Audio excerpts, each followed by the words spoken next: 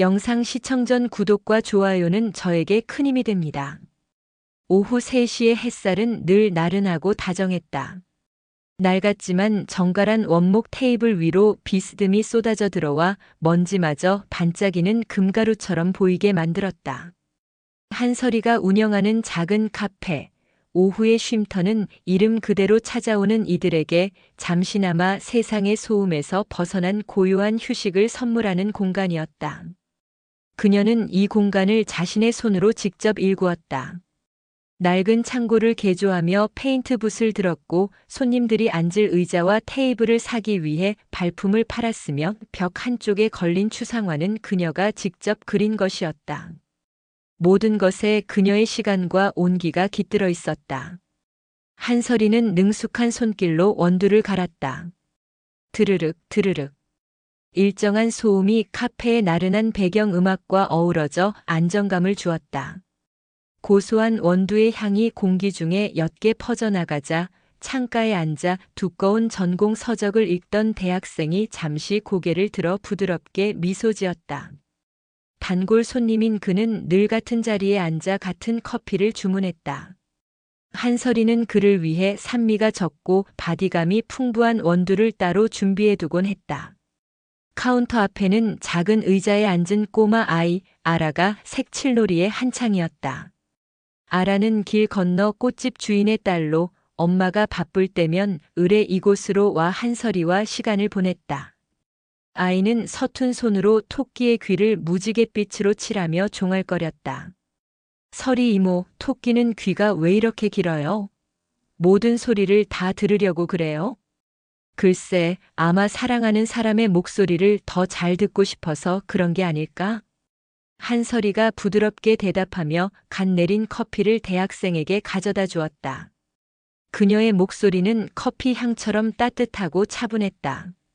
그녀의 움직임에는 군더더기가 없었다.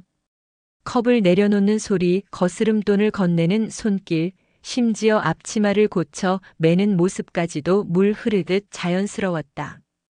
그 모습은 오랜 시간 동안 몸에 밴 습관처럼 보였다. 하지만 그 습관이 어떤 시간 속에서 만들어졌는지 아는 사람은 아무도 없었다. 사람들은 그저 그녀를 오후의 쉼터의 친절하고 조용한 주인으로만 알 뿐이었다. 한설이는 자신의 과거를 이 카페의 가장 깊은 서랍 속에 넣어 자물쇠로 잠가두었다.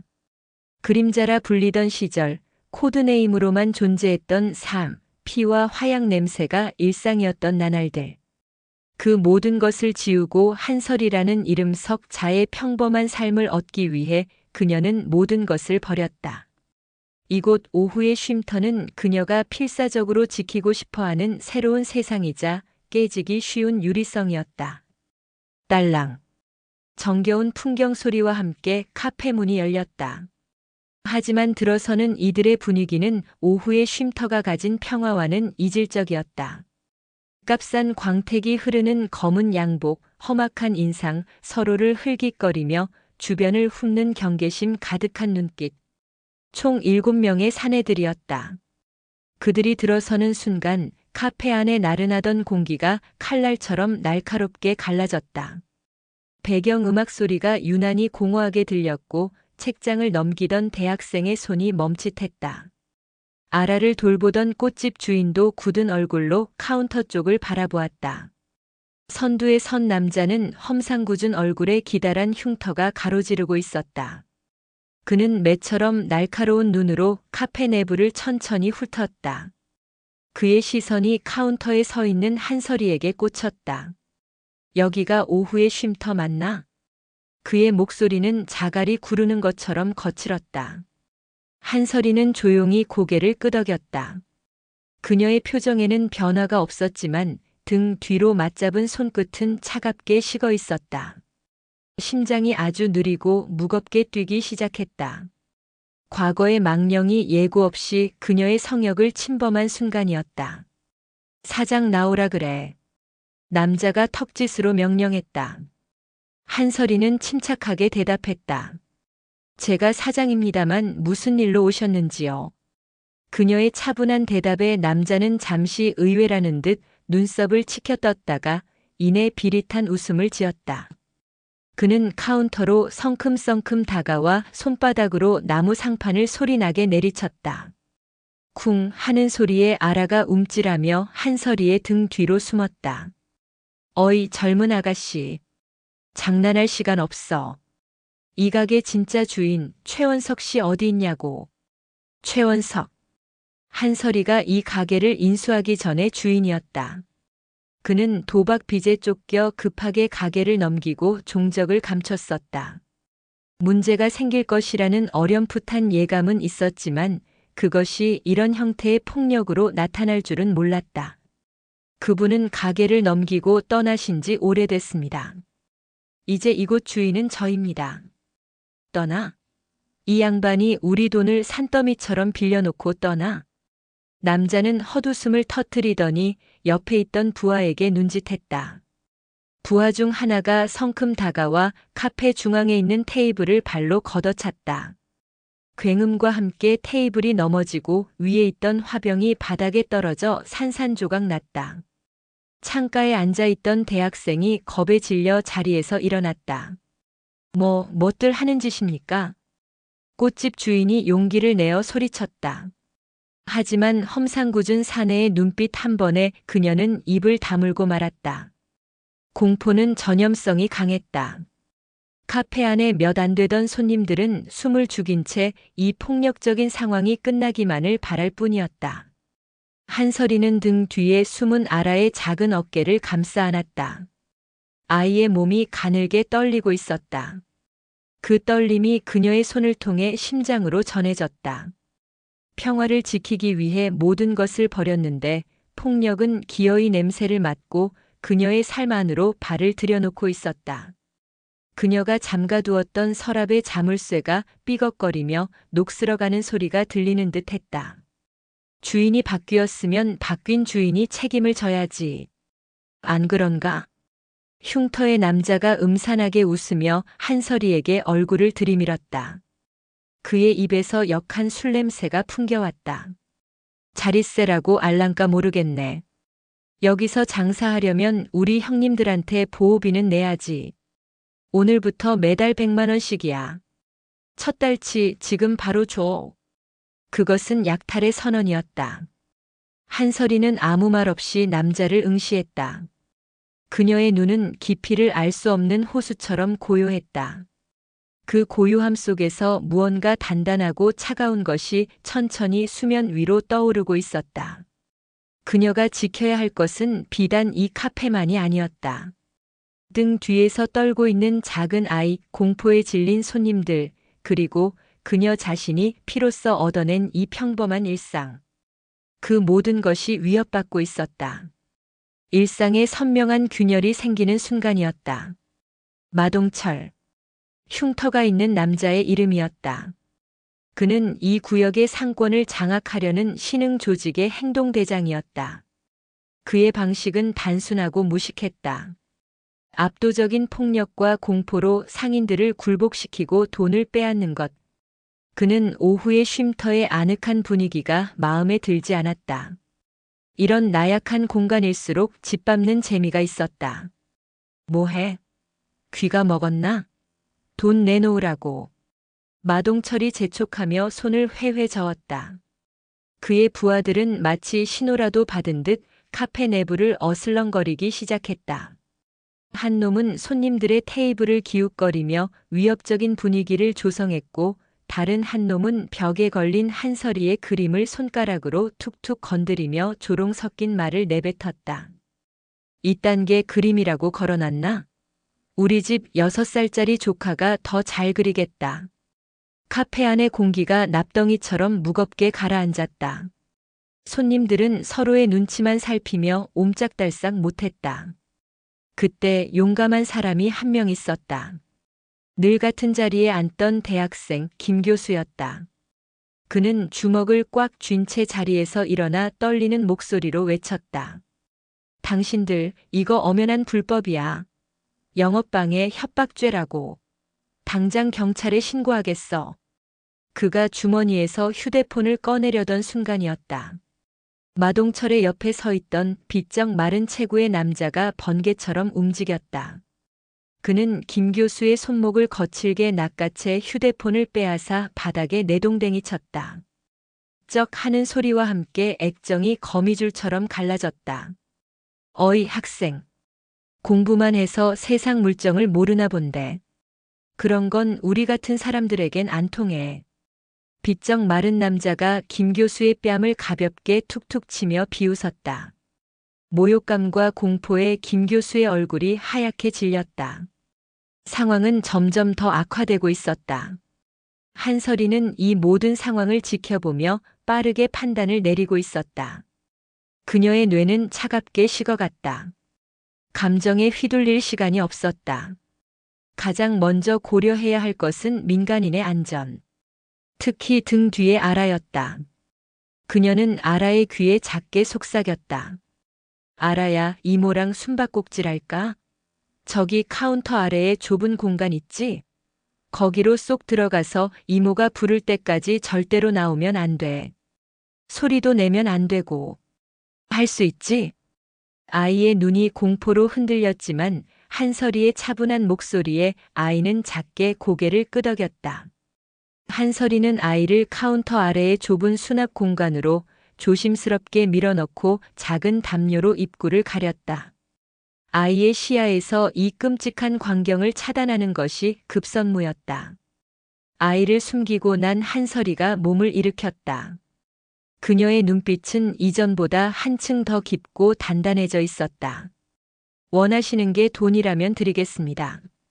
하지만 손님들은 내보내주시죠. 그분들은 아무 잘못이 없습니다. 한설이의 제안에 마동철은 코웃음을 쳤다. 이제야 말이 좀 통하는군. 하지만 순서가 틀렸지. 돈을 먼저 받고 그 다음에 내 기분이 좋으면 생각해보지. 그는 카운터 안으로 성큼 들어오려 했다. 한설이는 한 발짝 옆으로 비켜서며 그의 앞을 막았다. 직접적인 신체 접촉은 피하면서도 더 이상의 진입을 허용하지 않겠다는 무언의 경고였다. 그녀의 움직임은 너무나 자연스러워서 마동철은 그녀가 자신을 막아섰다는 사실조차 잠시 인지하지 못했다. 계산대는 제 영역입니다. 돈은 제가 꺼내서 드리죠. 그녀의 목소리에는 서리빨 같은 냉기가 서려 있었다. 마동엠철은 순간적으로 불쾌감을 느꼈다. 저 계집 감히 나를 가르치려 들어? 그의 부하 중 하나인 이태성이 눈치 없이 나섰다. 그는 한설이의 어깨에 손을 올리며 희롱하듯 말했다. 사장님이 너무 빡빡하게 구시네. 우리가 좀 도와줄 수도 있는데. 응? 그의 손이 한설이의 어깨에 닿으려는 순간이었다. 한설이의 몸이 미세하게 움직였다. 그녀는 이태성의 손길을 피하는 동시에 그의 손목을 향해 자신의 손을 뻗었다. 그녀의 움직임은 춤을 추는 것처럼 유려했지만 그 끝은 뱀이 먹이를 낚아채는 것처럼 정확하고 날카로웠다. 우드득. 이태성의 입에서 비명이 터져 나왔다.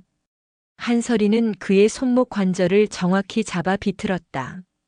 엄청난 고통에 이태성이 무릎을 꿇었다. 그의 손에서는 힘이 빠져나갔고 얼굴은 식은땀으로 범벅이 되었다. 카페 안의 모든 사람들이 숨을 삼켰다.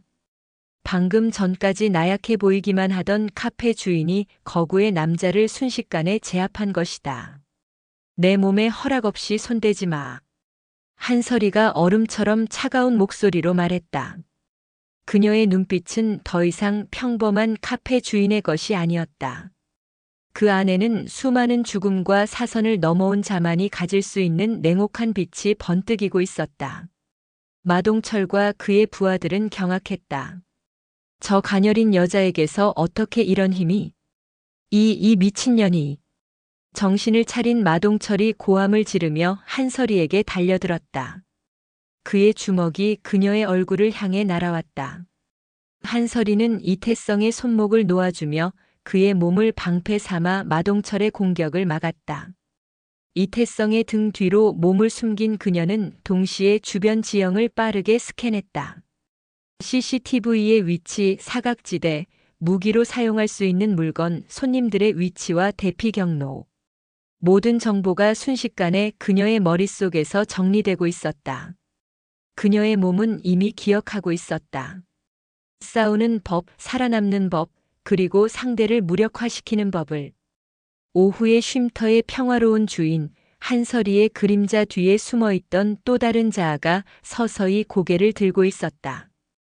그것은 그녀가 스스로 봉인했던 과거, 그림자칠이라 불리던 전설적인 특수 요원의 본능이었다. 불청객들이 들이운 그림자는 역설적으로 그녀 내면에 더 깊고 어두운 그림자를 깨우고 있었다.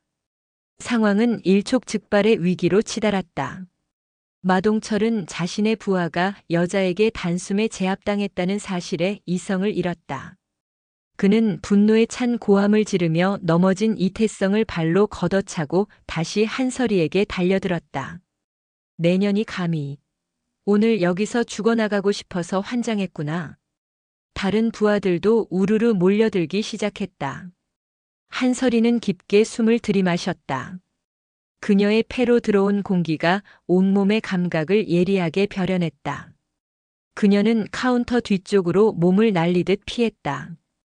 그곳은 카페 입구 쪽 CCTV의 사각지대였다. 만약의 사태에 대비해 자신의 움직임이 영상으로 남는 것을 최소화하기 위한 본능적인 판단이었다. 조폭 중 하나가 카운터를 뛰어넘어 그녀를 덮치려 했다. 한설이는 몸을 낮추는 동시에 옆에 있던 단단한 유리 물병을 집어들었다. 그녀는 공격을 위함이 아니라 방어를 위해 물병을 휘둘렀다. 남자의 손목을 정확하게 가격했다. 둔탁한 소리와 함께 남자가 비명을 지르며 뒤로 물러섰다. 최소한의 힘으로 최대한의 효과를 내는 것. 그것이 그녀의 몸에 밴 전투 방식이었다. 다들 뭐해? 전연 하나 처리 못해. 마동철의 고함에 남은 조폭들이 한꺼번에 달려들었다. 좁은 카운터 안은 순식간에 아수라장이 되었다. 한설이는 책상과 의자, 집기들을 이용해 교묘하게 그들의 공격을 피하며 공간을 활용했다. 그녀의 움직임에는 화려함이 없었다. 오직 효율성과 생존을 위한 본능만이 존재했다. 상대의 무게 중심을 역이용해 넘어뜨리고 관절이나 급소를 짧고 빠르게 가격해 전투 불능 상태로 만들었다. 하지만 그녀는 망설이고 있었다. 카운터 밑에 숨어있는 아라. 공포에 질려 자신을 보고 있을 손님들. 그녀는 이 모든 것을 의식하며 힘을 조절하고 있었다. 상대를 완전히 파괴하는 것이 아니라 무력화시키는 수준에서 멈추고 있었다. 만약 이곳이 적진의 한복판이었다면 그들은 이미 모두 싸늘한 시신이 되어 바닥에 누워있을 터였다. 그 망설임이 허점을 만들었다.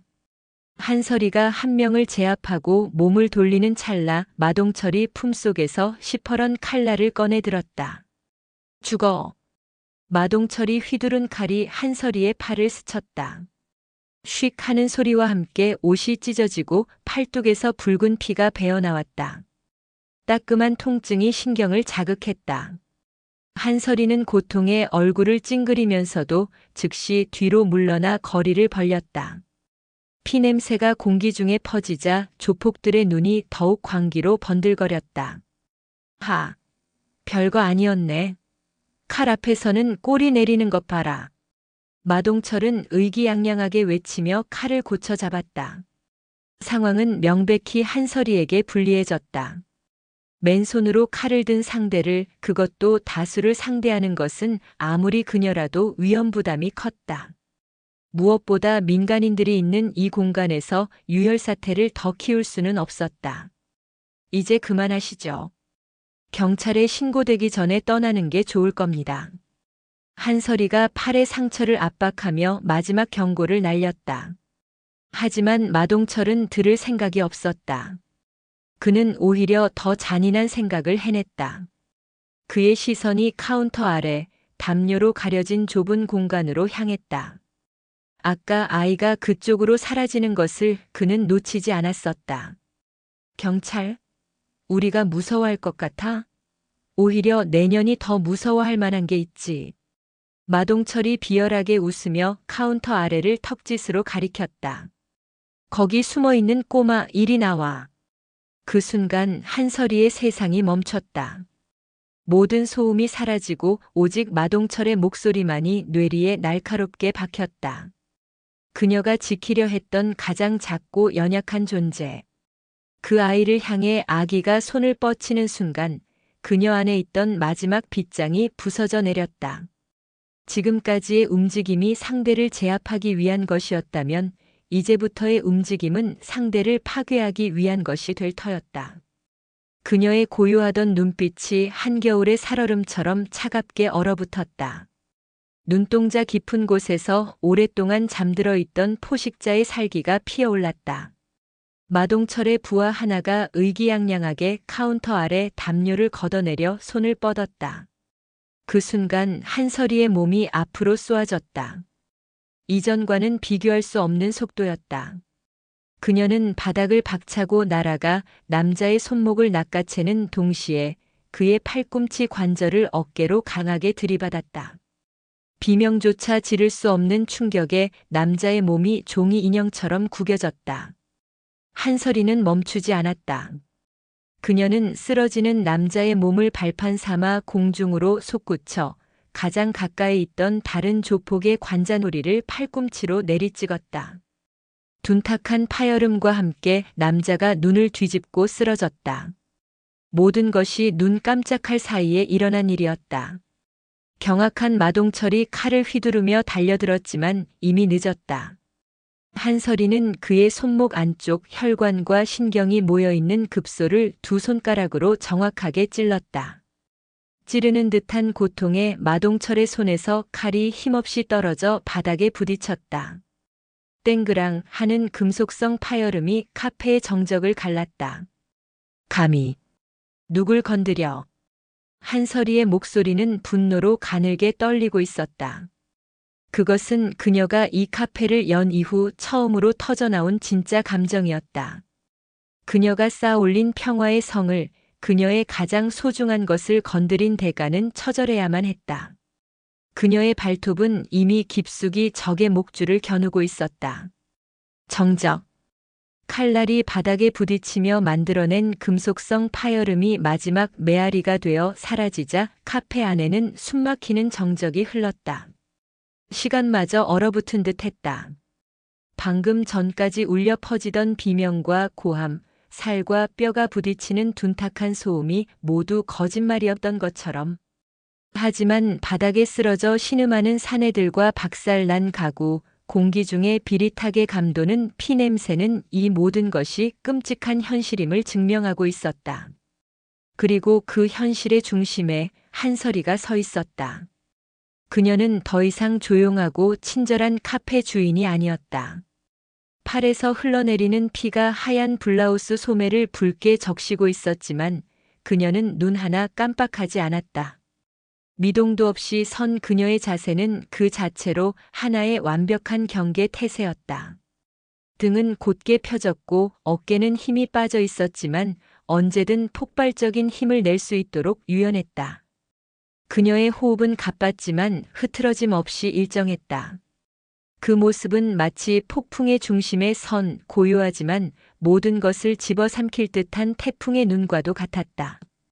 남아있는 조폭들은 겁에 질려 있었다. 그들의 눈에는 더 이상 한설이가 가녀린 여자로 보이지 않았다. 인간의 형상을 한 재앙, 예측 불가능한 공포 그 자체였다. 동료들이 종이장처럼 구겨지고 내동댕이 쳐지는 것을 눈앞에서 목격한 그들은 감히 그녀에게 다가설 엄두를 내지 못하고 주춤거리며 서로의 눈치만 살폈다. 그들의 머릿속을 지배하던 오만과 폭력성은 생존에 대한 원초적인 공포 앞에 무력하게 녹아내리고 있었다. 내년 정체가 뭐야? 겨우 정신을 차린 마동철이 손목을 부여잡고 신음하며 물었다. 그의 목소리는 분노보다 경악과 공포로 심하게 떨리고 있었다. 그는 수많은 싸움을 거치며 잔뼈가 굵은 인물이었지만 이런 종류의 강함은 단 한 번도 겪어본 적이 없었다. 그녀의 기술은 길거리의 싸움꾼들이나 어설픈 무술가들의 그것과는 차원이 달랐다. 오직 상대를 가장 효율적으로 파괴하기 위해 만들어진 지독할 정도로 실전적인 살인 기술이었다. 한설이는 대답하지 않았다. 그녀의 시선은 마동철을 지나 그 뒤에 서 있는 나머지 3명의 조폭에게로 향했다. 그 시선이 닿는 순간 조폭들은 마치 얼음 송곳이 심장을 꿰뚫는 듯한 한기를 느꼈다. 인연을 그냥 둘 수 없다. 다 같이 덤벼. 두려움에 잠식당한 한 명이 이성을 잃고 소리치며 의자를 집어들어 한설이에게 달려들었다. 공포를 이기기 위한 허세였지만 그것은 스스로 죽음을 재촉하는 행위일 뿐이었다. 한설이의 몸이 다시 움직였다. 이번에는 망설임이나 자비가 없었다. 그녀는 달려드는 남자를 향해 정면으로 파고들었다. 남자가 의자를 내려찍는 것보다 한 박자 빠르게 그녀의 손이 그의 목을 향해 뻗어나갔다. 손날이 경동맥을 정확하게 압박했다. 순간적인 산소 공급 차단에 남자는 눈이 뒤집히며 의자를 놓치고 그대로 고꾸라졌다. 다른 한 명이 그녀의 등 뒤를 노리고 주먹을 날렸다. 한설이는 마치 등 뒤에 눈이 달린 것처럼 상체만 살짝 비틀어 공격을 피했다. 남자의 주먹은 허공을 갈랐고 균형이 무너진 그의 옆구리가 무방비로 노출되었다. 한설이의 팔꿈치가 강철처럼 단단하게 그의 늑골을 파고들었다. 으드득 뼈가 부서지는 끔찍한 소리와 함께 남자가 비명을 지르며 쓰러져 바닥을 굴렀다. 이제 남은 것은 단 한 명. 그는 이 비현실적인 광경에 완전히 넋이 나가 있었다. 그의 눈앞에서 동료들이 추풍낙엽처럼 쓰러져 나갔다. 상대는 무기 하나 없이 오직 자신의 몸과 주변 지형지물만을 이용하고 있었다. 그녀의 움직임 하나하나는 마치 정교하게 짜인 안무처럼 물 흐르듯 이어졌고 그 끝에는 언제나 파괴와 고통만이 남았다. 히히, 오지마. 저리 가. 마지막 남은 조폭은 전의를 완전히 상실하고 뒷걸음질 치다 엉덩방아를 찧었다. 그는 공포에 질려 바닥을 기며 도망치려 했다. 한설이는 그에게 천천히 다가갔다. 그녀의 발걸음 소리는 조용한 카페 안에 울려 퍼지는 사형 집행인의 발소리 같았다. 그녀는 남자의 앞에 멈춰 서서 그를 무감정한 눈으로 내려다보았다. 그리고는 옆에 있던 커피포트를 집어들었다. 안에는 방금 전 손님에게 내어주려던 뜨거운 물이 담겨 있었다. 살려주세요. 남자가 애원했다. 하지만 한설이는 커피포트를 기울여 남자의 바로 옆 바닥에 뜨거운 물을 쏟아부었다. 치익 하는 소리와 함께 뜨거운 김이 피어올랐다. 남자의 바지에 물 몇 방울이 튀자 그가 자지러지게 비명을 질렀다. 그것은 물리적인 고통보다 더한 정신을 옭아매는 공포의 표출이었다. 그녀가 마음만 먹는다면 자신의 얼굴에 저 물을 쏟아부을 수도 있다는 무언의 경고. 그것만으로도 남자의 저항 의지는 완전히 분쇄되었다. 그는 비명을 지르며 의식을 잃은 듯 축 늘어졌다. 이제 남은 것은 마동철뿐이었다. 그는 부러진 손목을 부여잡고 간신히 몸을 일으키고 있었다. 그의 눈에는 공포와 함께 이 모든 상황을 초래한 여자에 대한 지독한 증오가 들끓고 있었다. 내년 반드시 내 손으로 죽여버릴 거야. 그는 비틀거리며 카운터 쪽으로 다가갔다. 그리고는 바닥에 떨어져 있던 자신이 놓쳤던 칼을 다시 주우려 손을 뻗었다. 하지만 그의 손이 칼에 닿기 직전 하이힐을 신은 한설이의 발이 그의 손등을 무자비하게 내리찍었다. 으악! 뼈가 으스러지는 고통에 마동철이 비명을 질렀다. 한설이는 그의 손등을 짓밟은 채 차갑게 그를 내려다보았다. 2번의 기회는 없어. 넌 내 아이를 건드리려 했으니까. 그녀의 목소리는 감정이 배제된 채 사실을 고하는 판결문처럼 냉정했다. 그녀는 짓밟던 발을 떼고 몸을 숙여 바닥에 칼을 집어들었다. 그리고는 칼날이 아닌 칼 손잡이 끝부분으로 마동철의 명치를 강하게 가격했다. 억하는 소리와 함께 마동철의 몸이 새우처럼 구부러졌다. 호흡이 막힌 그는 제대로 된 소리조차 내지 못하고 바닥에 쓰러져 가쁜 숨만 몰아쉬었다. 전투는 끝났다. 일방적인 학살에 가까운 진압이었다. 한설이는 피로 얼룩진 자신의 팔을 내려다보았다. 상처는 생각보다 깊었다.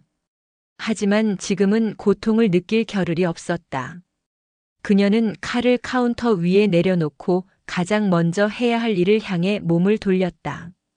그녀는 카운터 아래 담요로 가려진 공간으로 다가갔다. 그리고는 최대한 부드러운 목소리로 조금 전에 살기 어린 음성과는 전혀 다른 목소리로 속삭였다. 알아야, 이제 괜찮아. 이모야. 나와도 돼. 담요가 살짝 들리고 겁에 질린 작은 눈동자가 나타났다. 아이는 끔찍한 소리를 들으며 어둠 속에서 공포에 떨고 있었다. 한설이는 아이를 조심스럽게 품에 안아들었다. 아이의 작은 몸이 격렬하게 떨리고 있었다. 괜찮아, 다 끝났어. 무서운 아저씨들 다 갔어. 그녀는 아이의 등을 토닥이며 마치 아무 일도 없었다는 듯 평온한 목소리로 아이를 달랬다. 피냄새와 파괴의 흔적이 가득한 지옥 같은 공간 속에서 아이를 안고 있는 그녀의 모습은 기이할 정도로 성스러워 보였다. 그때였다. 요란한 사이렌 소리가 점점 가까워지기 시작했다. 누군가 신고를 한 모양이었다. 한설이는 창밖을 바라보았다. 곧 경찰들이 들이닥칠 것이다. 이 모든 상황을 어떻게 설명해야 할까? 그녀의 평화로운 일상은 이제 돌이킬 수 없는 강을 건너버렸다. 폭풍은 지나갔지만 그녀는 여전히 그 폭풍의 눈 한가운데에 홀로 서 있었다. 그리고 곧 더 거대한 폭풍이 그녀를 덮쳐올 것임을 예감하고 있었다. 사이렌 소리는 카페 바로 앞에서 멈췄다. 끽 하는 날카로운 타이어 마찰음과 함께 여러 대의 차가 멈춰 서는 소리가 들렸다. 곧이어 육중한 문이 열리고 닫히는 소리, 다급한 발소리들이 이어졌다. 한설이는 아라를 더욱 꼭 껴안았다. 아이의 귀를 막아주고 싶었지만 그녀의 손은 2개뿐이었다. 카페 문이 거칠게 열렸다. 하지만 들어온 것은 동네 파출소의 순경들이 아니었다. 방탄조끼와 헬멧으로 중무장한 경찰 특공대원들이 전술 대형을 갖추며 순식간에 카페 내부를 장악했다. 그들의 손에는 위압적인 기관단총이 들려 있었다. 그들 뒤로 날카로운 눈매와 굳게 담은 입술을 한 남자가 들어섰다. 잘 다려진 정장 차림이었지만 그의 몸에서는 현장을 지배하는 노련한 지휘관의 아우라가 뿜어져 나왔다. 그는 광역수사대의 팀장 백도훈이었다. 백도훈의 시선은 바닥에 쓰러진 조폭들과 아수라장이 된 카페 내부를 빠르게 훑었다. 그의 눈은 단순한 상황 파악을 넘어 현장의 모든 정보를 흡수하고 분석하고 있었다. 그리고 마침내 그의 시선이 아이를 안고 서 있는 한설이에게 멎었다. 순간 백도훈의 냉정하던 눈빛이 미세하게 흔들렸다. 놀라움, 당혹감, 그리고 아주 희미한 반가움과 씁쓸함이 뒤섞인 복잡한 감정의 동요였다. 그는 한설이를 본 것이 아니었다. 그는 그녀에게서 아주 오랫동안 잊고 지냈던 혹은 잊으려 노력했던 과거의 한 조각을 발견한 것이다. 현장 확보하고 생존자 전원 체포해. 구급차 대기시키고. 백도훈이 낮은 목소리로 명령을 내리자 특공대원들과 형사들이 일사불란하게 움직이기 시작했다. 쓰러져 있던 마동철과 그의 부하들에게 수갑이 채워졌다. 몇몇은 의식이 없었고 몇몇은 고통 속에서 신음하며 끌려나갔다. 꽃집 주인을 포함한 손님들은 형사들의 보호를 받으며 밖으로 나갔다. 그들은 하나같이 경악과 공포 그리고 믿을 수 없다는 표정으로 한설이를 힐끗거렸다. 카페 안에는 이내 한설이와 아이 그리고 백도훈과 그의 팀원 몇 명만이 남았다. 백도훈은 부하에게 눈짓해 아라를 받아 안게 했다. 아이는 낯선 사람의 품에 안기자 울음을 터뜨렸지만 여영사가 능숙하게 아이를 달래며 밖으로 데리고 나갔다. 이제 이 공간에는 오직 과거와 현재가 마주보고 서 있었다. 백도훈이 천천히 한설이에게 다가왔다. 그는 그녀의 팔에 난 상처와 피로 얼룩진 옷을 무감각한 시선으로 훑어보았다. 이 모든 상황, 당신 혼자서 한 건가? 그의 목소리는 차분했지만 그 안에는 의심의 여지가 없는 확신이 담겨 있었다. 한설이는 아무 말 없이 그를 마주보았다. 그의 얼굴은 낯설었지만 그의 눈빛에서 느껴지는 분위기는 지독할 정도로 익숙했다. 그녀가 몸담았던 세계의 냄새, 피와 화약, 그리고 냉정한 이성이 지배하는 세계의 냄새가 그에게서 났다. 백도훈은 피식하고 짧게 웃었다. 허탈한 웃음이었다. 마동철 일당을 잡으려고 몇 달을 잠복하고 추적했는데 그 끝이 이런 식일 줄은 상상도 못했군. 그가 혼잣말처럼 중얼거렸다. 그러더니 그는 한 걸음 더 다가와 오직 그녀에게만 들릴 정도의 낮은 목소리로 말했다. 보고 싶지 않았는데 이런 식으로 다시 만나게 되는군. 안 그런가? 그림자 7. 그림자 7. 그 이름이 불리는 순간 한설이가 단단하게 쌓아 올렸던 평정심의 벽에 금이 가기 시작했다. 그것은 그녀의 진짜 이름보다 더 그녀 자신이었던 이름, 그녀가 지우기 위해 모든 것을 걸었던 이름이었다. 그녀의 심장이 차갑게 가라앉았다. 과거의 메아리가 이명처럼 귓가를 맴돌았다.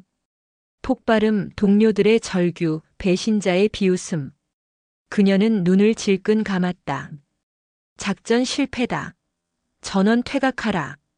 미안하다. 나라도 살아야지. 그림자 7 응답하라. 7 제발. 지옥 같았던 마지막 작전의 기억이 파편처럼 뇌리를 스쳤다. 그녀는 그곳에서 모든 것을 잃었다. 신뢰, 동료 그리고 자기 자신마저도. 그녀는 죽은 사람이 되어 그곳을 빠져나왔고 한설이라는 새로운 신분으로 새로운 삶을 시작했다. 아무도 그녀를 찾지 못할 것이라 믿었다. 하지만 과거는 끈질긴 악령처럼 결국 그녀를 찾아내고야 말았다. 누군지 모르겠군요. 사람 잘못 보셨습니다. 한설이가 간신히 목소리를 쥐어짰다. 하지만 그 목소리는 미세하게 떨리고 있었다. 백도훈은 그녀의 부정을 예상했다는 듯 고개를 저었다. 아니, 내가 아는 그림자 7은 7명의 무장한 조폭을 상대로 민간인 피해 없이, 사망자도 없이 오직 제압을 목적으로 상대를 무력화시킬 수 있는 유일한 사람이니까. 이 현장이 바로 당신의 지문이야. 절대 못 속여. 그는 한설이의 팔에 난 상처를 턱짓으로 가리켰다. 그리고 그 상처. 급소를 피해서 일부러 얕게 베이게 유도한 거겠지. 상대의 공격 의지를 유지시키면서도 치명상은 피하는 기술. 마지막 작전 때도 당신은 그렇게 동료를 구했었지. 총알이 빗발치는 와중에 스스로 미끼가 되어서. 백도훈의 말은 날카로운 비수가 되어 한설이의 심장을 파고들었다. 그는 그녀를 알고 있었다. 그것도 아주 깊숙이. 당신 대체 누구죠? 한설이가 경계심 가득한 눈으로 물었다. 백도훈은 씁쓸한 미소를 지었다. 당신들의 작전을 지원하던 정보팀 소속이었지. 화면 너머로만 당신들의 활약을 지켜보던 사람이야. 그리고 마지막 작전의 유일한 생존자인 당신을 국가가 얼마나 필사적으로 찾아다녔는지도 아는 사람이고. 그의 말은 충격적이었다. 국가는 그녀를 버린 것이 아니었다. 오히려 찾고 있었다. 그녀는 배신당하고 버려졌다는 생각에 스스로를 세상과 단절시켰던 것이다. 마동철은 단순한 동네 조폭이 아니야. 거대 범죄 조직의 핵심 인물이지. 마약 밀매, 인신매매 놈들이 저지른 범죄는 상상을 초월해. 우리가 놈의 꼬리를 잡았을 땐 이미 놈이 이쪽으로 향하고 있었어. 최원석이라는 자에게 진 빚을 받으러. 하지만 당신이 여기 있을 줄은. 백도훈은 말을 멈추고 파괴된 카페를 둘러보았다. 당신은 그저 평범한 삶을 살고 싶었을 뿐이겠지. 하지만 당신이 오늘 건드린 것은 벌집이야. 그것도 아주 지독한 말벌들이 가득한 벌집. 이제 그들은 당신을 가만두지 않을 거다. 그들의 방식대로 아주 잔인하게 보복하려 들겠지. 과거의 메아리는 단순한 추억의 울림이 아니었다. 그것은 현실적인 위협이 되어 그녀가 필사적으로 지키려던 새로운 삶을 송두리째 집어삼키려 하고 있었다. 그녀는 조폭들을 제압한 것이 아니었다. 거대한 어둠의 심연으로 스스로 걸어 들어간 것이나 다름없었다. 그녀의 평화는 오늘부로 끝났다. 카페는 노란색 출입 통제선으로 둘러싸였다. 한설이가 애정을 담아 가꾸었던 공간은 이제 차가운 범죄 현장이 되어버렸다. 과학수사대원들이 분주하게 움직이며 증거를 수집했고 형사들은 주변을 통제했다. 모든 것이 비현실적으로 느껴졌다. 바로 몇 시간 전까지만 해도 커피 향과 잔잔한 음악이 흐르던 이곳이 이제는 낯설고 이질적인 공간으로 변해버렸다. 응급처치를 받은 한설이는 백도훈의 차 뒷좌석에 앉아 있었다. 아라는 무사히 엄마의 품으로 돌아갔고 다른 손님들도 간단한 조사를 마친 뒤 귀가했다. 이제 그녀는 피해자이자 동시에 사건의 핵심 참고인이었다. 아니, 백도훈에게 그녀는 그 이상의 존재였다. 이제 어떻게 할 생각이지? 운전석에 앉은 백도훈이 백미러를 통해 그녀를 보며 물었다. 그의 목소리는 딱딱한 신문이 아닌 오랜 동료에게 건네는 듯한 복잡한 뉘앙스를 담고 있었다. 무슨 뜻이죠? 한설이는 창밖을 보며 대답했다. 시선을 마주치고 싶지 않았다. 그의 눈을 보면 잊고 싶었던 과거의 자신과 마주해야만 할 것 같았다. 말 그대로의 의미야. 당신은 이제 마동철의 조직 흥림회의 표적이 됐어. 그들은 자신들의 행동대장이 일개 카페 여주인에게 처참하게 박살났다는 사실을 그냥 넘어가지 않아.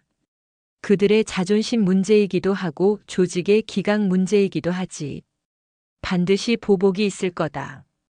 당신뿐만 아니라 당신 주변 사람들까지 위험해질 수 있어. 백도훈의 말은 냉정했지만 현실적이었다. 한설이는 입술을 깨물었다. 아라의 겁에 질린 얼굴, 꽃집 주인의 창백한 표정이 떠올랐다.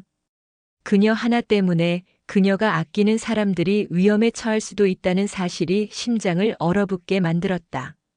내가 알아서 합니다. 내 삶이에요. 그 삶이라는 게 구체적으로 뭔데? 백도훈의 목소리가 조금 날카로워졌다. 매일 커피나 내리면서 과거를 잊고 사는 거. 당신이 가진 그 능력, 국가를 위해 수년간 훈련받고 수많은 작전을 성공으로 이끈 그 힘을 고작 이런 식으로 썩히는 거. 그 모든 걸 버리고 겨우 얻은 게 언제 부서질지 모르는 이런 유리성 같은 평화인가. 그의 말은 전곡을 찔렀다. 한설이는 반박할 말을 찾지 못했다. 그녀는 주먹을 꽉 쥐었다. 손톱이 손바닥을 파고드는 아픔이 느껴졌다. 당신이 뭘 알아요? 많은 걸 알지. 백도훈이 차 시동을 끄고 몸을 돌려 그녀를 정면으로 바라보았다. 그의 눈빛은 진지했다. 마지막 작전, 여명의 습격. 내부 배신자로 인해 작전 정보가 모두 적에게 넘어갔고 팀원 대다수가 현장에서 사망했지. 당신은 거의 불가능에 가까운 상황에서 살아남았고 그 후로 종적을 감췄어. 국가는 당신을 배신자를 쫓을 유일한 단서이자 최고의 인적 자원으로 판단하고 계속해서 찾아왔다. 죽었다고 생각하지 않았어. 당신은 그렇게 쉽게 죽을 사람이 아니니까. 배신자가 누군지 아직도 잡히지 않았어. 그리고 그 배신자가 흥림회와 연관되어 있다는 정황 증거가 최근에 포착됐다. 마동철은 그 연결고리의 중요한 일부였고, 순간 한설이의 동공이 격렬하게 흔들렸다. 흩어져 있던 퍼즐 조각들이 하나의 끔찍한 그림으로 맞춰지는 기분이었다. 그녀가 마주한 것은 단순한 조폭이 아니었다. 동료들을 죽음으로 몰아넣고 자신의 삶을 송두리째 망가뜨린 과거의 거대한 악연 그 자체였던 것이다. 그녀는 도망친 것이 아니었다. 운명처럼 그 악연의 중심으로 다시 걸어 들어온 셈이었다. 이건 이제 당신 혼자만의 문제가 아니야, 한설이 씨. 아니, 그림자 7. 당신은 원하든 원치 않든 이 사건의 한복판에 서게 된 거야. 경계선 위에 서 있는 거지. 이쪽은 당신이 그토록 원하던 평범한 일상이지만 한 발짝만 헛디디면 저쪽의 지옥으로 다시 끌려 들어갈 수밖에 없는. 백도훈은 품에서 명함 한 장을 꺼내 그녀에게 건넸다. 선택은 당신의 몫이야. 계속해서 혼자 싸우겠다면 말리지 않겠어. 하지만 그 결과가 어떨지는 장담 못해. 당신이 아끼는 이 작은 세상이 산산조각 날 수도 있겠지. 하지만 우리와 함께 한다면 이야기는 달라져. 우리는 당신을 보호할 수 있고 당신은 과거를 끝낼 기회를 얻게 될 거야. 그것은 거부할 수 없는 유혹이자 잔인한 제안이었다. 그녀가 그토록 벗어나고 싶었던 과거의 굴레를 다시 제 손으로 뒤집었어야만 현재의 평화를 지킬 수 있다는 역설. 그녀는 백도훈의 명함을 받아들었다. 차갑고 빳빳한 종이의 감촉이 마치 그녀 앞에 놓인 두 갈래의 운명처럼 느껴졌다. 생각할 시간을 주지. 하지만 명심해. 흥림의 놈들은 우리처럼 친절하게 기다려주지 않아. 백도훈은 그 말을 남기고 차에서 내렸다. 혼자 남은 한설이는 어두운 차 안에서 한참 동안 움직이지 않았다. 그녀는 통제선을 넘어 분주하게 움직이는 경찰들을 그리고 산산조각난 자신의 카페를 멍하니 바라보았다. 그녀가 지키고 싶었던 것은 무엇이었을까? 평화? 안정? 아니, 어쩌면 그저 책임지지 않는 삶이었을지도 모른다. 더 이상 누구의 목숨도 작전의 성공도 책임지지 않아도 되는 삶. 하지만 운명은 그녀에게 다시 한번 무거운 책임을 강요하고 있었다. 그녀는 손에 쥔 명함을 내려다보았다. 그리고는 천천히 고개를 들어 망가진 카페의 간판, 오후의 쉼터를 바라보았다. 그녀의 눈빛이 서서히 변하고 있었다. 더 이상 도망치지 않겠다는 자신이 세운 경계선 위에서 위태로운 춤을 출지언정 결코 물러서지 않겠다는 결연한 빛이 떠오르고 있었다. 그녀의 전쟁은 아직 끝나지 않았다. 아니, 이제부터가 진짜 시작이었다. 경찰들이 모두 떠나고 요란하게 주변을 감싸고 있던 노란색 통제선이 걷히자 오후의 쉼터에는 지독한 정적만이 남았다. 저녁 노을이 깨진 유리창을 통해 비스듬히 들어와 바닥에 낭자한 파괴의 흔적들을 적나라하게 비추고 있었다. 그것은 마치 전쟁이 휩쓸고 간 폐허와도 같았다. 뒤집어진 테이블은 쓰러진 병사들처럼 보였고 바닥에 흩어진 유리 조각들은 미처 터뜨리지 못한 비명처럼 반짝였다. 공기 중에는 씁쓸한 커피 향과 먼지, 그리고 희미한 피 냄새가 뒤섞여 역겨운 향기를 만들어내고 있었다. 한설이는 자신의 성역이었던 그곳에 홀로 서 있었다. 그녀는 천천히 발걸음을 옮겼다. 발밑에서 바사삭하고 유리 조각이 으스러지는 소리가 고요함 속에서 유난히 크게 울렸다. 그녀는 카운터로 다가가 손으로 한번 쓱 훑었다. 손바닥에는 검고 미세한 먼지가 묻어났다. 며칠 전 그녀가 정성껏 칠했던 바니쉬 위로 누군가의 구둣발 자국이 선명하게 찍혀 있었다. 그녀가 애정을 쏟았던 모든 것들이 외부의 폭력 앞에 무참히 짓밟힌 흔적이었다. 그녀는 무릎을 꿇고 주저앉았다. 팔의 상처에서는 여전히 욱신거리는 통증이 느껴졌지만 그보다 더한 통증이 심장에서부터 피어오르고 있었다. 이것이었나? 그녀가 그토록 지키고 싶었던 평화의 실체는 외부의 작은 충격에도 이토록 쉽게 부서져 버리는 유리 세공품 같은 것이었나? 허탈함과 함께 지독한 분노가 치밀어 올랐다. 자신을 향한 분노이자 자신의 평화를 짓밟은 자들을 향한 분노, 그리고 그녀를 이 지긋지긋한 운명의 굴레에서 놓아주지 않는 세상을 향한 분노였다. 눈을 감자 과거의 망령들이 어김없이 찾아왔다. 빗발치는 총성, 귀를 찢는 폭발음, 동료의 마지막 숨소리. 여명의 습격 작전의 마지막 순간이었다. 그녀는 무너지는 건물 잔해 속에서 부서진 통신기를 붙들고 절규하고 있었다. 대답해, 이든. 제발. 이든. 그는 그녀의 파트너이자 유일하게 마음을 터놓았던 동료였다. 언제나 유쾌한 농담으로 긴장을 풀어주던 그가 배신자의 총탄에 쓰러져 그녀의 품에서 피를 흘리고 있었다. 설이야, 내 커피 진짜 맛없었는데. 다음에 만나면 꼭 맛있는 걸로 사줘. 그것이 그의 마지막 말이었다. 그의 눈에서 빛이 사라지는 순간 한설이의 세상도 함께 무너져 내렸다. 그녀는 그날 이후로 웃는 법을 잊었고 누군가에게 마음을 여는 법도 잊었다. 그림자칠은 죽었다. 그녀는 이든의 시신을 뒤로하고 지옥을 빠져나오며 맹세했다. 다시는 누구도 지키기 위해 싸우지 않겠다고. 다시는 내 사람을 잃는 고통을 겪지 않겠다고. 오후의 쉼터는 그녀의 도피처이자 방어기제였다. 따뜻한 커피 향과 사람들의 소소한 웃음소리는 그녀를 과거의 악몽으로부터 지켜주는 방패였다. 하지만 이제 그 방패는 산산조각 났다. 도망친 곳에 낙원은 없다는 진부한 격언이 이토록 잔인한 현실이 되어 그녀를 덮쳐왔다. 얼마나 그렇게 앉아 있었을까? 딸랑 하는 익숙한 소리와 함께 카페 문이 조심스럽게 열렸다. 한설이가 번개처럼 고개를 들었다. 그녀의 온몸의 근육이 반사적으로 긴장했다. 하지만 문 앞에 서 있는 것은 검은 양복의 사내가 아니었다. 길 건너 꽃집 주인 수연과 그녀의 딸 아라였다. 수연의 손에는 김이 모락모락 나는 죽 그릇이, 아라의 작은 손에는 서툰 솜씨로 그린 그림 한 장이 들려 있었다. 저기 설이 씨. 괜찮아요? 뉴스를 보고 너무 놀라서. 수연은 차마 안으로 들어오지 못하고 문 앞에서 머뭇거렸다. 그녀의 눈에는 걱정과 안타까움이 가득했다. 아라는 엄마의 등 뒤에 숨어 빼꼼히 고개를 내밀어 한설이를 바라보고 있었다.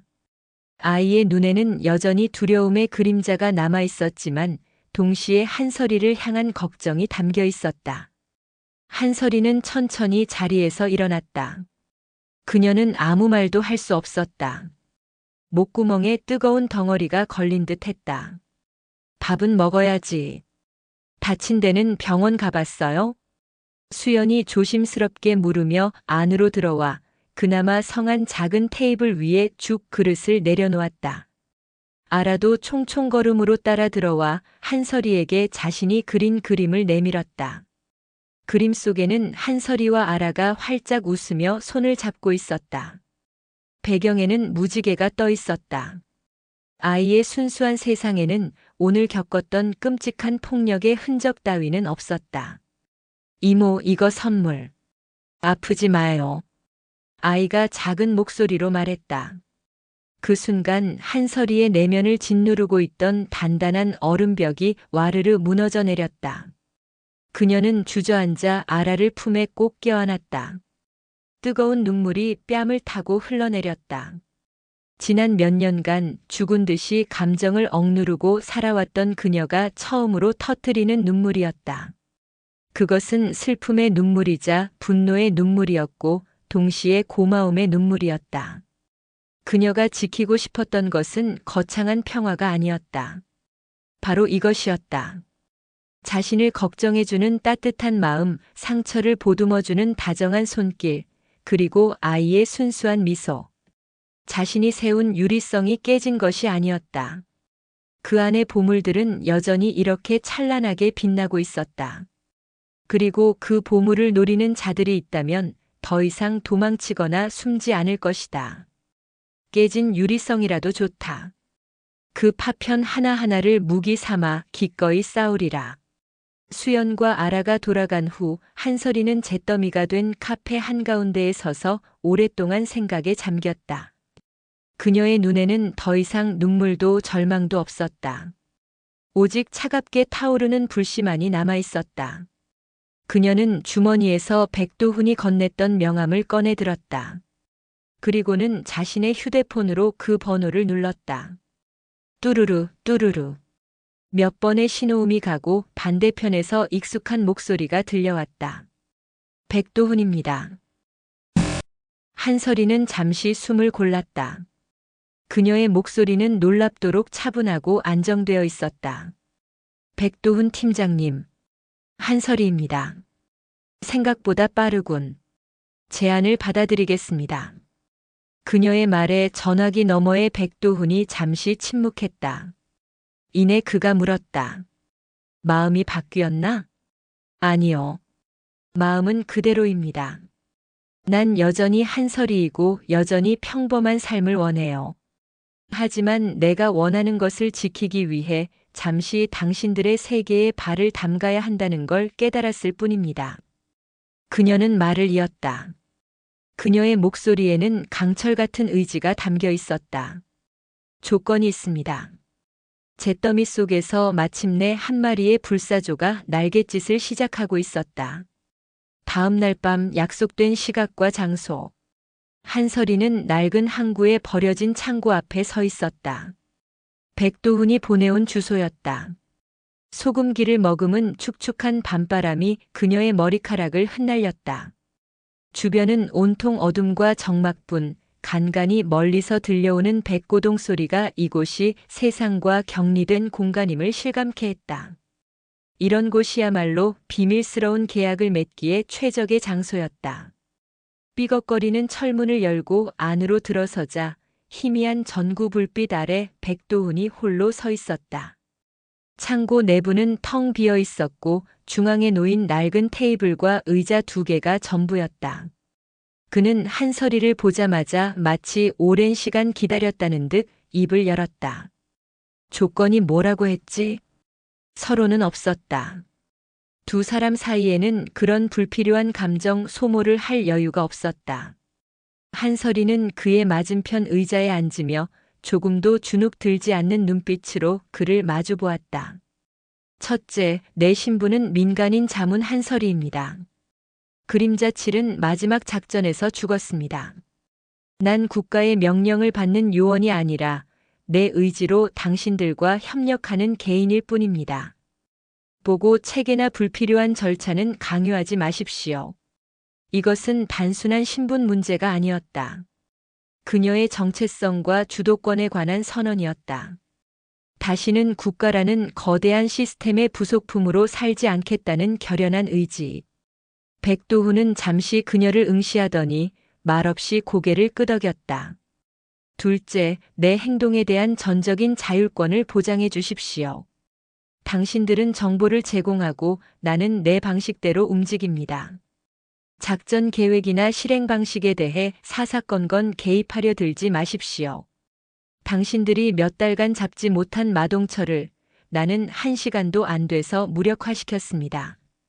어느 쪽이 더 효율적인지는 이미 증명됐다고 봅니다. 그녀의 말은 오만하게 들릴 수도 있었지만 그 안에는 흔들림 없는 자신감과 논리가 있었다. 백도훈은 입꼬리를 살짝 올렸다. 흥미롭다는 표정이었다. 셋째, 이번 일의 목표는 명확해야 합니다. 흥림회의 완전한 와해, 그리고 여명의 습격 작전의 배신자 색출 및 처단. 이 2가지 목표가 달성되는 즉시 나와 당신들의 계약은 종료됩니다. 그 이후 내 삶의 그 어떤 형태로든 다시는 개입하지 않겠다는 약속을 해 주십시오. 그것은 시작과 끝을 명확히 하려는 의도였다.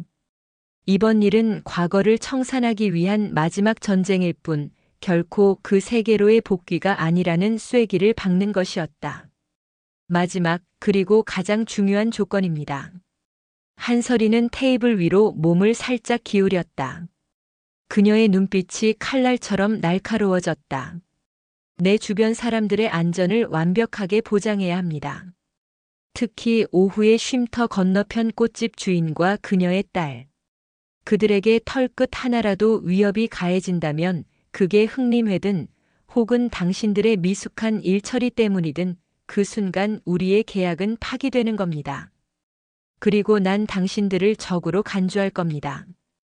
그것은 협상이 아닌 통보였다. 그녀의 모든 것을 내건 최후 통첩. 백도훈은 한참 동안 말이 없었다. 그는 테이블을 손가락으로 천천히 두드리며 생각에 잠겼다. 창고 안에는 그의 손가락이 만들어내는 규칙적인 소음만이 울려 퍼졌다. 좋아. 마침내 그가 입을 열었다. 당신의 조건을 모두 수용하지. 단 나도 조건이 있다. 말해보시죠. 첫째, 정보는 공유한다. 당신의 독단적인 행동이 팀 전체를 위험에 빠뜨리는 일은 없어야 해. 둘째, 민간인 피해는 최소화해야 한다. 여긴 전쟁터가 아니라 대한민국이야. 셋째, 절대 죽이지 마라. 우리는 법을 집행하는 사람들이지 심판관이 아니니까. 한설이는 그의 마지막 조건에 코웃음을 쳤다. 상황에 따라 달라질 겁니다. 내게 총을 겨눈 자에게 자비를 베풀 생각은 없으니까. 그 경계선을 지키는 게 프로다. 두 사람의 시선이 허공에서 팽팽하게 맞부딪혔다. 길고 긴 침묵 끝에 한설이가 먼저 입을 열었다. 알겠습니다. 노력해보죠. 그렇게 그림자의 계약이 성립되었다. 백도훈은 자리에서 일어나 창고 구석에 있던 육중한 철제 캐비닛으로 다가갔다. 그는 캐비닛을 열고 그 안에서 검은색 더플백 하나를 꺼내 테이블 위에 올려놓았다. 당신에게 필요한 것들이다. 한설이가 더플백의 지퍼를 열었다. 안에는 최신형 통신 장비와 도청기, 소형 폭탄 몇 개, 그리고 군용 대검이 들어있었다. 그리고 가장 아래에는 차가운 금속성 광택을 내뿜는 권총 한 자루가 있었다. 오스트리아제 글록 19. 그녀의 손에 가장 익숙한 총기였다. 그녀는 무의식적으로 총을 집어들었다. 손에 착 감기는 차가운 감촉. 무게, 균형, 방아쇠의 압력까지. 모든 것이 어제 사용했던 것처럼 생생하게 느껴졌다. 그녀는 능숙하게 탄창을 분리하고 약실을 확인한 뒤 재결합했다. 모든 동작이 한치의 오차도 없이 물 흐르듯 이어졌다. 그 모습을 지켜보던 백도훈의 눈에 씁쓸한 미소가 스쳤다. 그녀는 역시 그 세계를 떠날 수 없는 사람이었다. 첫 번째 목표에 대한 정보다. 백도훈이 서류 봉투 하나를 더 꺼내 그녀에게 건넸다. 흑림회는 수입 중고차 매매로 위장해 마약을 밀반입하고 자금을 세탁한다. 그들의 핵심 물류 창고 중 하나가 인천항 근처에 있어. 경비가 삼엄해서 우리가 섣불리 접근하지 못하던 곳이지. 하지만 외부보다는 내부 정보망에 의존하는 경향이 커. 당신이라면 혼자서 잠입하는 게 가능할 거다. 한설이는 서류를 받아들고 창고의 구조도와 경비 교대 시간, 예상 이동 경로 등을 빠르게 훑었다. 그녀의 머릿속에서는 이미 수십 가지의 침투 시나리오가 그려지고 있었다. 내가 뭘 하면 되죠? 창고 가장 깊숙한 곳에 있는 서버실. 그곳에 메인 서버에 저장된 거래, 장부와 밀수 경로 데이터를 빼내와야 한다. 앞으로의 전쟁을 위해선 적의 지도가 필요하니까. 백도훈은 말을 이었다. 이번 작전은 일종의 테스트다. 당신이 아직 녹슬지 않았는지, 그리고 우리가 당신을 신뢰할 수 있는지 확인하는 시험대지. 성공한다면 우린 당신에게 전폭적인 지원을 약속한다. 하지만 실패한다면 실패는 없습니다. 한설이가 그의 말을 단호하게 잘랐다. 그녀의 눈은 이미 사냥감의 목덜미를 노리는 맹수처럼 번뜩이고 있었다. 그녀는 더플백을 어깨에 메고 자리에서 일어났다. 언제 시작할까요? 가장 좋은 때는 바로 지금이지. 백도훈이 창고의 육중한 철문을 열었다. 문 밖의 어둠 속에는 시동이 켜진 검은색 세단 한 대가 조용히 그녀를 기다리고 있었다. 그림자의 계약은 끝났다. 이제 첫 번째 사냥이 시작될 시간이었다. 인천항의 밤은 낮보다 더 시끄럽고 분주했다. 거대한 컨테이너를 실어 나르는 크레인의 굉음과 대형 트럭들의 경고음, 여러 나라의 언어가 뒤섞인 외침들이 축축한 바다 공기 속에 가득했다. 한서리는 목표물인 대성 모터스의 물류 창고가 멀리 보이는 어두운 골목에 몸을 숨긴 채 주변 지형과 경비 상태를 파악하고 있었다. 백도훈이 건넨 자료는 정확했지만 그녀는 자신의 눈으로 직접 확인하기 전까지는 아무것도 믿지 않았다. 그녀는 평범한 카페 주인의 옷을 벗고 어둠 속에 녹아들기 좋은 검은색 카고 바지와 기능성 집업 재킷 차림이었다. 등에는 최소한의 장비만 담은 작은 백팩을 메고 있었다. 그녀의 호흡은 차갑고 고요했다. 심장 박동은 느리고 규칙적이었다. 마치 사냥을 앞두고 온몸의 감각을 최대로 끌어올리는 흑표범처럼 그녀는 서서히 작전 모드로 전환하고 있었다. 과거의 훈련이 만들어낸 몸의 기억, 전투 감각이 세포 하나하나를 깨우고 있었다. 한설이라는 인격의 표면 아래에서 그림자 칠의 본능이 차갑게 눈을 뜨고 있었다. 창고 주변에는 3m 높이의 철조망이 둘러쳐 있었고 곳곳에 감시 카메라가 번뜩이고 있었다. 정문에는 건장한 사내 2명이 담배를 태우며 경비를 서고 있었다. 백도훈의 팀이라면 정면 돌파나 다른 경로를 모색했겠지만 그녀의 방식은 달랐다. 그녀는 가장 단단해 보이는 곳에 가장 약한 균열을 파고드는 전문가였다. 그녀의 시선이 창고 뒤편 거대한 환풍구에 멎었다. 자료에는 언급되지 않은 부분이었다. 낡고 녹슬었지만 성인 한 명이 겨우 통과할 수 있을 정도의 크기였다. 그녀는 몸을 낮춰 그림자를 따라 이동했다. 소리 없는 걸음, 주변 환경과 하나가 되는 움직임. 그녀는 마치 한 조각의 어둠 그 자체가 된 듯했다. 철조망 아래 배수구 쪽으로 접근한 그녀는 작은 절단기를 꺼내 최소한의 소음으로 철조망을 끊어냈다. 몸을 비집고 안으로 들어선 그녀는 곧장 창고 벽에 몸을 붙였다. 감시 카메라의 회전 각도와 사각지대를 이미 머릿속에 완벽하게 그려넣은 상태였다. 그녀는 카메라가 반대쪽을 비추는 찰나의 순간을 이용해 환풍구를 향해 질주했다. 환풍구 덮개는 낡은 볼트로 고정되어 있었다. 그녀는 허리띠에서 멀티툴을 꺼내 능숙하게 볼트를 풀어냈다. 끼익 하고 녹슨 금속이 마찰하는 소리가 작게 울렸지만 주변의 소음에 묻혀 누구의 주의도 끌지 못했다. 좁은 환풍구 안으로 몸을 밀어넣자 먼지와 기름때가 뒤섞인 역한 냄새가 코를 찔렀다. 하지만 그녀는 미동도 하지 않았다. 이곳보다 더한 악취가 진동하는 시궁창 속에서도 며칠을 버텨본 경험이 있었다.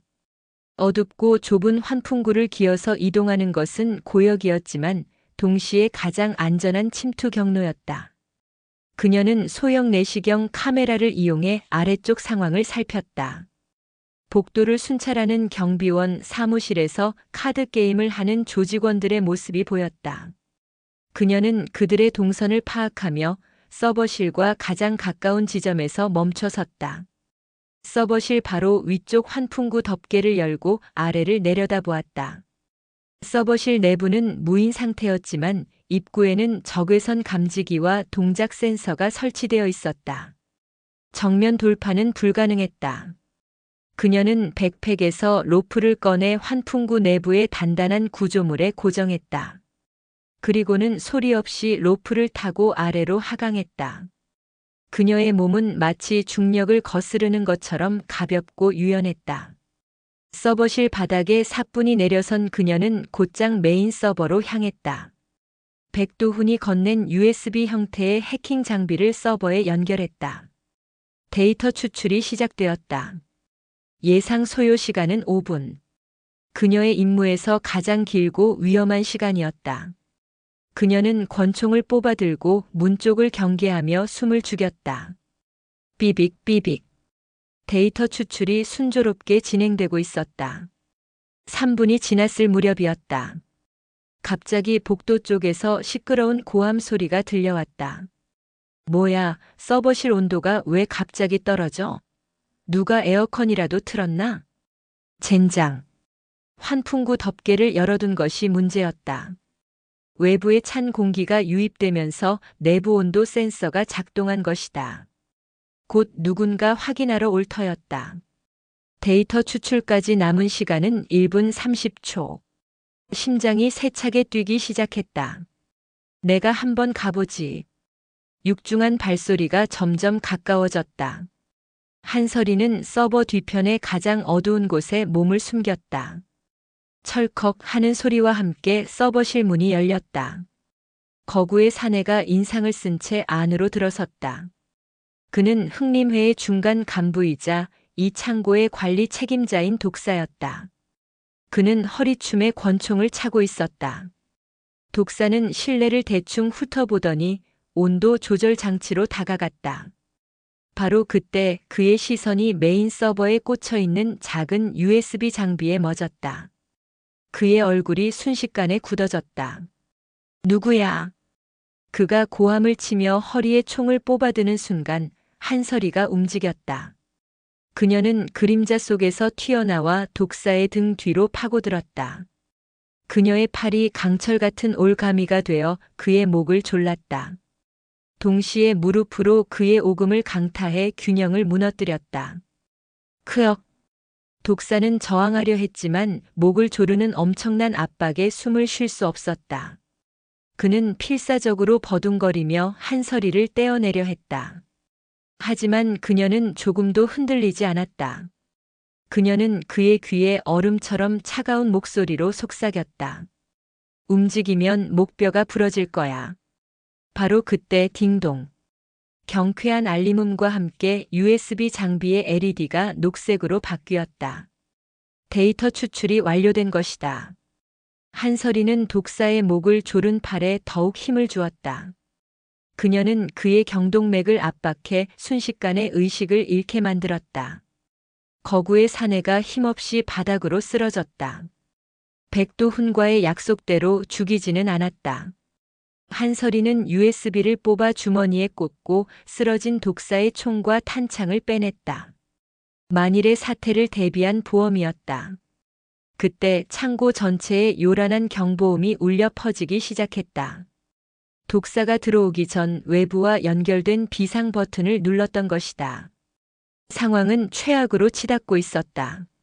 창고 밖에서 수십 개의 발소리와 고함 소리가 들려왔다. 그녀는 완벽하게 포위되었다. 하지만 그녀의 얼굴에는 당황한 기색이 없었다. 오히려 그녀의 눈은 더욱 차갑게 빛나고 있었다. 이런 극한의 상황이야말로 그녀가 가장 익숙하게 느끼는 놀이터였으니까. 그녀는 서버실을 빠져나와 복도를 내달렸다. 정면 돌파는 자살 행위였다. 그녀는 창고의 구조를 떠올리며 반대편 폐수 처리 시설 쪽으로 향했다. 그곳이라면 바다로 이어지는 탈출로가 있을 터였다. 복도 모퉁이를 도는 순간 조폭 3명과 정면으로 마주쳤다. 그들이 총을 들기도 전에 한설이의 총구가 먼저 불을 뿜었다. 탕, 탕, 탕. 소음기가 장착된 총성은 둔탁했다. 그녀는 그들의 머리가 아닌 어깨와 다리를 정확하게 쏘아 전투 불능 상태로 만들었다. 첫 번째 사냥은 성공적으로 끝났다. 하지만 이제부터는 그녀의 생존을 건 탈출이 시작되어야 했다. 그녀는 탄창을 갈아 끼우며 어둠 속으로 다시 몸을 던졌다. 그녀의 등 뒤로 수많은 추격자들이 따라붙기 시작했다. 고요했던 항구의 밤은 한 마리 그림자의 등장으로 인해 피와 총성으로 물든 전쟁터로 변해가고 있었다. 경보음은 죽어가는 짐승의 단말마처럼 항구의 밤을 찢고 있었다. 사방에서 손전등 불빛이 교차하며 어둠을 난도질했고 수십 개의 발소리가 지축을 울리며 단 한 명의 침입자를 향해 포위망을 좁혀왔다. 한설이는 거대한 컨테이너 더미의 그림자 속에 잠시 몸을 숨긴 채 가쁜 숨을 몰아쉬었다. 옆구리에서는 아까 복도에서 스친 총알이 남긴 쓰라린 통증이 느껴졌다. 하지만 그녀에게는 두려워할 시간이 없었다. 그녀의 뇌는 차갑게 식어 현재 상황을 분석하고 최적의 탈출로를 계산해내고 있었다. 정면은 완벽하게 막혔다. 남은 길은 하나 바다 쪽이었다. 그녀는 컨테이너 사이의 좁은 틈을 따라 마치 한 마리의 검은 살쾡이처럼 소리 없이 움직였다. 그녀의 움직임은 더 이상 방어와 제압을 위한 몸짓이 아니었다. 생존을 위한 목표를 향한 가장 효율적이고 치명적인 동선이었다. 저기다. 부두 끝으로 몰아. 누군가 그녀를 발견하고 고함을 쳤다. 동시에 여러 발의 총성이 어둠을 갈랐다. 탕, 타타탕. 총알이 그녀가 방금 전까지 몸을 숨겼던 컨테이너 벽에 부딪히며 불꽃을 튀겼다. 한설이는 몸을 낮춰 달리면서 동시에 등 뒤를 향해 응사했다. 그녀의 사격은 위협 사격이 아니었다. 추격자들의 발 앞 바닥에 총알을 박아 넣어 그들의 전진을 멈칫하게 만드는 정교한 견제 사격이었다. 마침내 컨테이너 미로를 빠져나오자 축축한 바다 냄새가 훅 끼쳐왔다. 부두의 끝이 눈앞에 보였다. 하지만 그곳에는 이미 10여 명의 조직원들이 방어선을 구축하고 그녀를 기다리고 있었다. 퇴로는 없었다. 사방이 적으로 둘러싸인 완벽한 고립.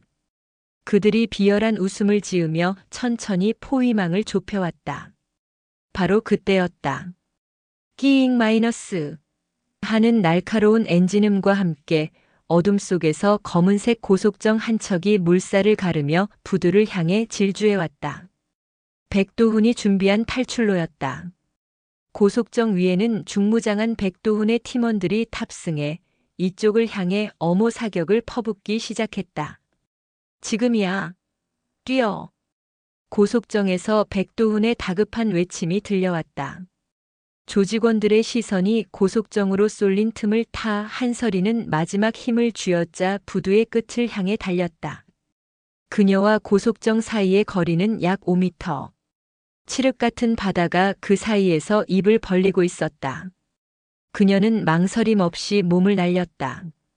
그녀의 몸이 허공에 떠오른 순간 시간은 찰나의 영원처럼 느리게 흘러갔다. 수많은 총알이 그녀의 등 뒤를 스쳐 지나갔다. 그리고 마침내 그녀의 몸이 고속정 갑판 위로 떨어졌다. 가! 백도훈이 소리치자 고속정은 즉시 방향을 틀어 항구의 어둠 속으로 사라졌다. 한설이는 갑판에 쓰러진 채 멀어지는 물류 창고를 바라보았다. 총성과 경보음이 아득하게 멀어져 갔다. 첫 번째 사냥은 그녀의 완벽한 승리로 끝났다. 안전 가옥으로 돌아온 한설이와 백도훈의 팀은 숨 돌릴 틈도 없이 데이터 분석에 들어갔다. 한설이가 목숨을 걸고 가져온 USB 안에는 흥림회의 모든 범죄 기록이 담겨 있었다. 마약 밀수 장부, 인신매매 대상자 명단, 정관계 로비 내역까지. 그것은 거대한 범죄 제국을 단번에 무너뜨릴 수 있는 치명적인 무기였다. 찾았어. 밤샘 분석에 들어가 있던 한 요원이 외쳤다. 모두의 시선이 그의 모니터로 쏠렸다. 화면에는 암호화된 자금 거래 내역이 떠 있었다. 수많은 거래 내역 중 유독 눈에 띄는 이름이 있었다. 프로메테우스. 프로메테우스? 백도훈이 의아한 표정으로 중얼거렸다. 하지만 그 이름을 듣는 순간 한설이의 온몸이 얼어붙었다. 그녀의 얼굴이 새하얗게 질려갔다. 프로메테우스. 그것은 여명의 습격 작전 당시 현장 요원들만 알고 있던 내부 정보망의 코드네임이었다. 그리고 그 정보망에 접근할 수 있는 최고 책임자는 단 한 사람. 당시 작전을 총괄했던 국가정보원의 강치현 차장이었다. 이든의 마지막 순간 그의 멘토이자 아버지 같던 존재라 믿었던 바로 그 남자. 모든 조각이 맞춰졌다. 강치현 차장은 작전 정보를 흥림회에 팔아넘기고 자신의 팀원들을 죽음으로 내몬 것이었다. 그는 국가와 동료를 배신한 대가로 막대한 부와 권력을 손에 쥐었고 그 후로도 계속해서 흥림회의 뒤를 봐주며 거대한 악의 축으로 군림해왔던 것이다. 그 계자식 한설이의 입에서 얼음 같은 증오가 흘러나왔다. 백도훈은 그녀의 표정을 보고 모든 것을 직감했다. 그는 조용히 수화기를 들었다. 이제 마지막 사냥을 준비할 시간이었다. 며칠 후 강치연 차장은 비밀스러운 연락 한 통을 받았다. 흥림회의 보스가 긴급 회동을 요청한 것이다. 경찰의 수사망이 상상 이상으로 좁혀왔고 모든 것을 덮기 위한 논의가 필요하다는 내용이었다. 약속 장소는 그가 최근에 완공한 도시의 야경이 한눈에 내려다 보이는 펜트하우스였다. 그곳은 그의 성공과 탐욕을 상징하는 바벨탑이었다. 약속된 시각, 펜트하우스의 엘리베이터 문이 열리고 흥림회의 보스가 모습을 드러냈다. 하지만 그의 뒤에는 짙은 어둠이 함께 따라 들어오고 있었다. 바로 한설이었다. 그녀는 이미 흥림회 보스의 신병을 확보해 그를 미끼로 이곳까지 온 것이었다.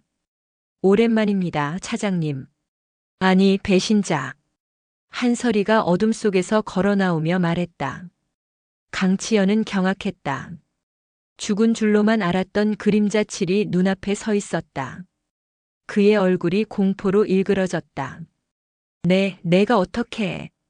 당신이 죽인 동료들의 원혼이 나를 이곳으로 이끌었으니까. 그 순간 펜트하우스의 모든 조명이 켜지며 미리 잠복해 있던 백도훈과 그의 팀원들이 모습을 드러냈다. 강치연의 마지막 발악이 시작되었다.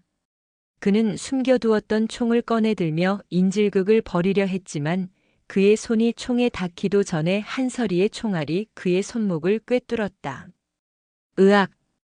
강치연이 비명을 지르며 쓰러졌다.